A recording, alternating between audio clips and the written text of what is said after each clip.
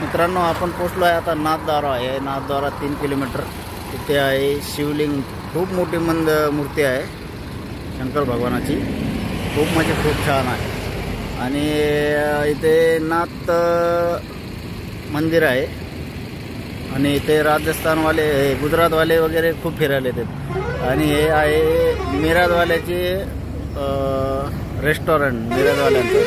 आणि सकाळचा जो हा सनसेट होत आहे एक नंबर वाटते. सूर्य वगैरे.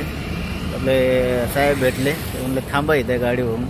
हे आपले साहेब येतं, यांना जायचे अजमेरच्या मागे. मूर्ती आहे खूप तकी याला भारी एकदम. नाथसागर 3 किलोमीटर नाथद्वार.